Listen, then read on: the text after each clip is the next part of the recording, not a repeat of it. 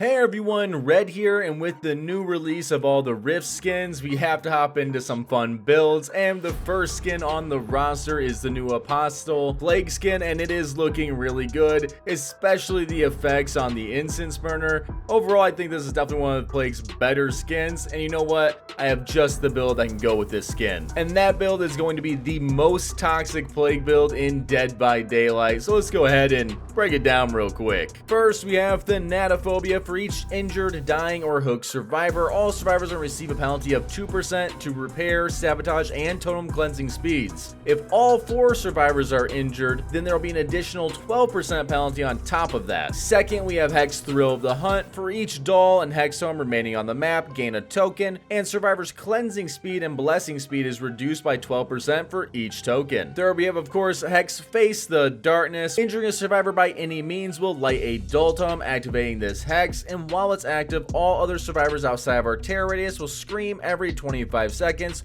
revealing their position aura for 2 seconds. When the initial survivor enters the dying state or becomes healthy, the hex tome is going to revert back to a dull tome until it's reactivated again later. The only way to remove this tome is to remove it while it is up and active. Last but not least can be a fill perk, but I'll be going with Hex Ruin. If you want to spice your games up a little bit more, go with Devour Hope. As far as Ruin, all gens that are not being worked on are going to automatically and immediately regress at 100% of the normal regression speed. As far as add-ons, you want to go with the Iridescent Seal. Corrupt Purge will activate every time a generator is completed at the cost of 20 seconds off of Corrupt Purge. And we're going with the Black Incense. Survivors' auras are going to be revealed to us for 3 seconds whenever they vomit. Overall, this is a nightmare of a build to ever have to deal with. Everything is being slowed down, your aura is being revealed all the time, and we have massive power spikes throughout the game, really leaving survivors with little hope of escaping. If you have a build you want to see on the channel, make sure to leave it down in the comment section below. If it looks like fun, you might just see it here.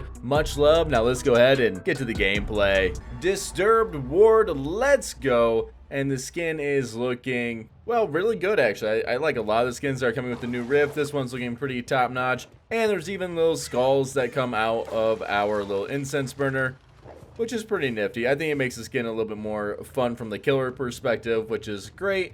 I just need to be able to make sure we have one of our tomes right off the rip and see if we can maybe get a few people infected. I think both Davids over here. Oh, I missed the pallet. Alright, now we just run this until he drops the pallet or until we hit him. It's really important just to get him infected. There it is. That way we don't gotta chase him any longer. He's gonna be the one who's gonna hopefully trigger Face the Darkness. There you go, hold that for me. That way it's a little bit quicker. I do want to make sure no one's on our totem. Got one right there. Ooh, and you right here. Fair enough. With Thrill of the Hunt, it takes a lot longer to finish a totem. And if we can manage to get everyone injured and have 5 stacks of Thrill, I think the time for doing a totem is like 70 seconds. So that's really the whole idea of the build. It just makes doing tomes an absolute chore. But if they don't do the tomes, we get ruined. And play can be not necessarily mobile. It's just more or less that we have so much aura reading, and we'll have, if they do manage to get a gem, we're going to have an insane power spike. Hey, thank you. Get off that. Another way of dealing with Thrill of the Hunt is for them to do a dull totem, so we want to try and stop that as well. You've got to be pretty close to broken. There we go. My boy's got like right there. I got one survivor on the totem. Again, it's gonna take a very long time, so we're good. We almost have 3 people affected by Thanaphobia. Oh, you didn't hold forward over here. Fair enough. That's gonna cost me quite a bit. I'm really surprised he's not broken. He's running. He really should have already triggered. Oh, there it goes. There goes one scream from Face of Darkness. There goes another one to get him off the totem. Oh no. There it is. Definitely a lot longer of a chase than I would have liked, but they were pretty busy, so. And now we have Corrupt Purge. Not that it's the best time for us to have it, but this means we should be able to push him off that totem. Imagine working for like 30 seconds to try and do a totem, just be pushed off of it after you spent like another 30 seconds because of a scream. Just a really annoying build. I am surprised we tagged him with that. Do you think he commits? He does. Nice. There we go. I know what 2 tomes we're really trying to protect. Losing Face to Darkness isn't the worst, like, of the tomes that you can lose, but you still don't want to. We'll go ahead and go right here. I don't know which David this is. Oh, that's not the David we wanted. But you, on the other hand, you we really want. Maybe? There it is. No one's here. I was just making sure he was the only one. The other survivor went and cleansed, which is probably the right call. The problem is that, like, no matter what you do, you're going to be giving me a power spike somewhere with this build. If you don't do the totems and you stay injured, Thanatophobia is still a thing, and I get massive power spikes whenever you do a gen. If for whatever reason you are looking for the totem, well, you're going to have to devote a lot of time to the totems, which is also going to buy me a lot of time in the game. The only downside now is that I don't have Face of Darkness up. And you definitely want to try and maintain Face of Darkness if you can, because that's your only interrupt for when you're far away. Though, if we can get the other David injured again, we'll be feeling pretty good, because then the Thanatophobia will get its full effect. Alright, throw up on that just in case. And tag him. There we go. He's already injured, but I want him to be broken. He's going back to the tome, but again, it's going to take such a long time. And if I can manage to injure this other David, we might be able to get Face of Darkness off. One to the left. We're just right here. Cool. I really just need to get one hit. That should be it. Because that's going to give us Face of Darkness. And it might be just in time to make him scream. The other survivor's working on a tome to the right. We might be able to push him off. There's no way. Yeah, there it is. Dude, that's what makes this build just so brutal. And they're trying to do the right thing. Again, trying to get rid of Thrill by doing Dull Tomes is a great way of getting rid of it, but we get to see your aura, so we know when you're trying. Cool. There we go. And there, just like that, we have our first survivor dead, and we still have our totems. The only downside you can ever have is, like, really bad early spawns, but you should always be going to your totems at the start of the game. Especially with, like, Plague and this build. I might be able to reach? I don't know. Oh, so close. You didn't drop, though. That is brave. That was definitely resilience, though. What's actually really funny is I can put him right here by this totem, and if they try and do the totem before saving him, they will probably die before being able to actually finish the totem. It'll be relatively close. Or at least get back over here. I'm going to grab this before I head over to him, since I have information. This is mine. You do want to try and use your Corrupt Purge as much as you can. We are running double Eerie, so, you know, it's a give and take in terms of, like, if you have to. They can do gens, you can let them do gens, and normally be okay. But you don't want to, like, let them think they can't get punished for, like, perma-cleansing. And the best way to do that is to actually be useful on our Corrupt Purge, or at least make it a threat. This is a pretty good spot against it, though. Oh my god, I thought he was hovering for that pallet stun. If you do get stunned as Plague and Corrupt, it'll break your Corrupt. Oh, the hesitation? There it is. He might actually get the totem now, but you know what? It's kind of worth it. Because the game is just so much in our favor now at this point. Cool. They're up top. So yeah, we probably lose that totem. Oh yeah, I think we do. There it goes. But still, the amount of time they had to spend on it. I think with Thrill only being applied, it's still something like 40-ish seconds. But the extra Thanatophobia is... Hold on. Come on. Massive value. Nice. But yeah, if you have Thrill, Tomes are already a nightmare. Thanatophobia just makes it 10 times worse. Or I should say about 20%. But that's where the numbers just kind of get a little ridiculous on being able to finish a totem. Because remember, it's not necessarily like an 8% like reduction. It's that survivors are like when everything is working at like the best level. Hold on, I think we reached. No dead hard. Cool. When everything is working, like let's say you have 5 stacks of Thrill of the Hunt and you have Thanatophobia at 20%. That means survivors are doing totems at like 20% of the normal speed, which is what allows us to get like 70-second totems. And there it is. He's trying to cleanse real quick. That's smart. Do you think he goes for like an insta pallet drop here?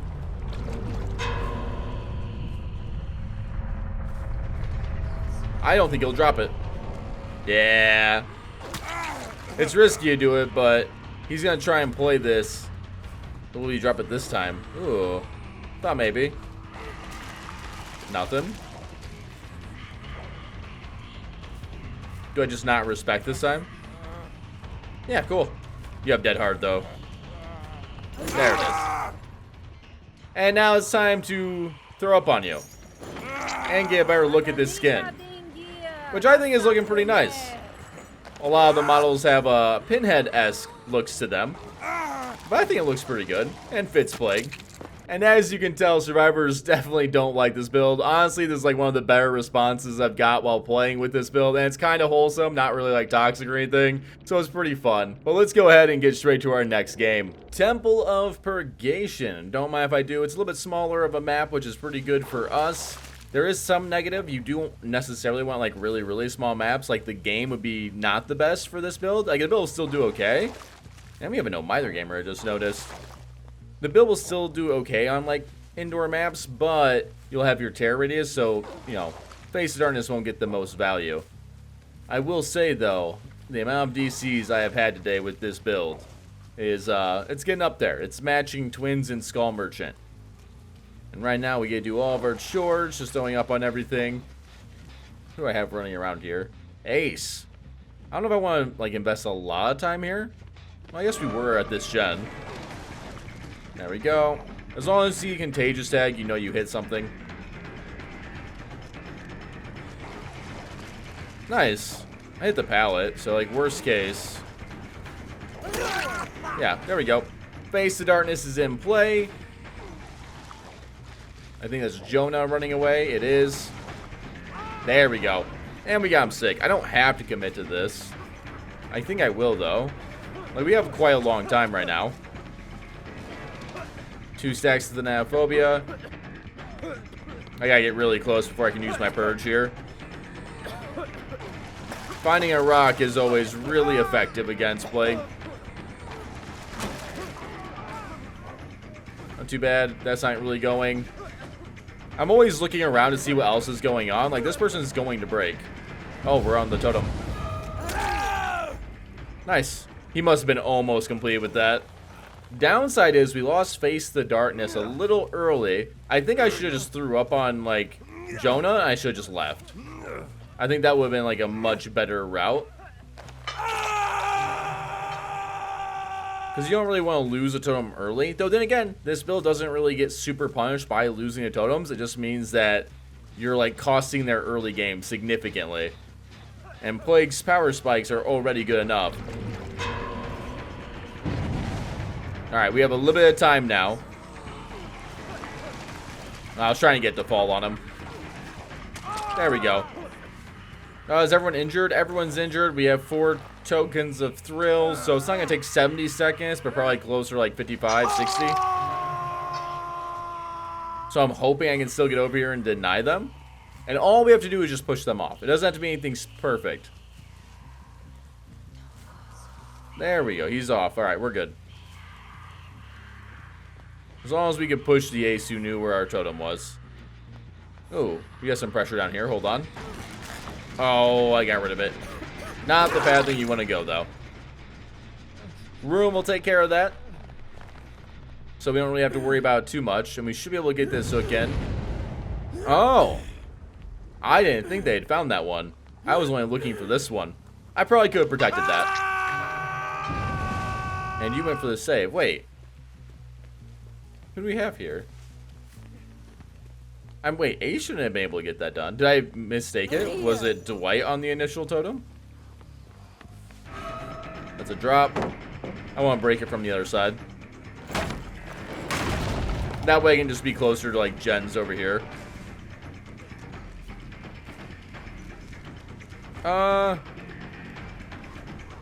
Try not to let him get the ball here. Oh, you know what? Yeah, I ran him the wrong way. Oh, I gotta leave this now.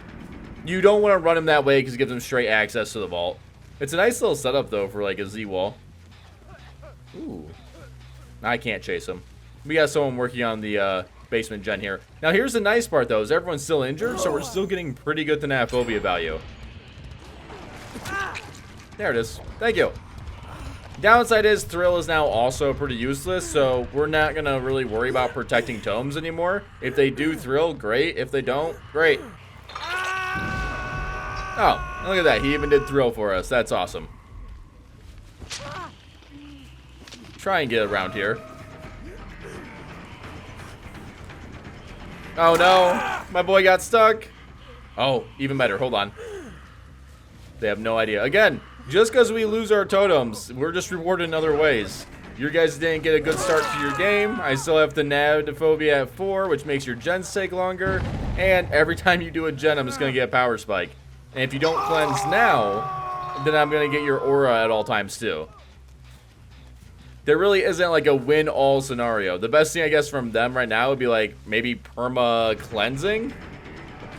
But then again, I don't really have to worry about that. The iridescents are just really strong. Nice free drop. That might get you killed, though. It does.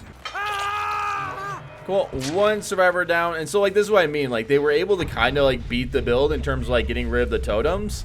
But we're at 4 gens. So, like, it didn't really do as much. He took the bump, so we're good. Oh, poor guy. Up you go. The only downside now, though, is that the Thanaphobia is going to be a lot less valuable. But again, Survivor's out and we're at 4 gens. I think I'll just kind of commit to this Survivor because I believe he's also out of the game. So we can pretty much hard commit. Even if we like lose a gen or two, we're going to be fine. Check spots are looking pretty good. Nice, Reed. Ooh. I like it. We gotta break it from over here. That way it keeps him up against the wall. I should have waited. I should have made that a little bit less obvious. That way he would like go to the other side. Because now he gets shacked. But to be fair, I kind of don't mind if they get a gen done. Because then I'm just going to get my corrupt and end the chase. Nice. That was perfect. Let's see what's going on. Hey, I think I got him here anyways, but you know what? We'll take it. Like I said, we can kind of just wait and just get really good value. It doesn't really matter anymore at this point. Again, losing 2 gens, not a big deal. I guess he wasn't on Death Hook, though. I thought he was.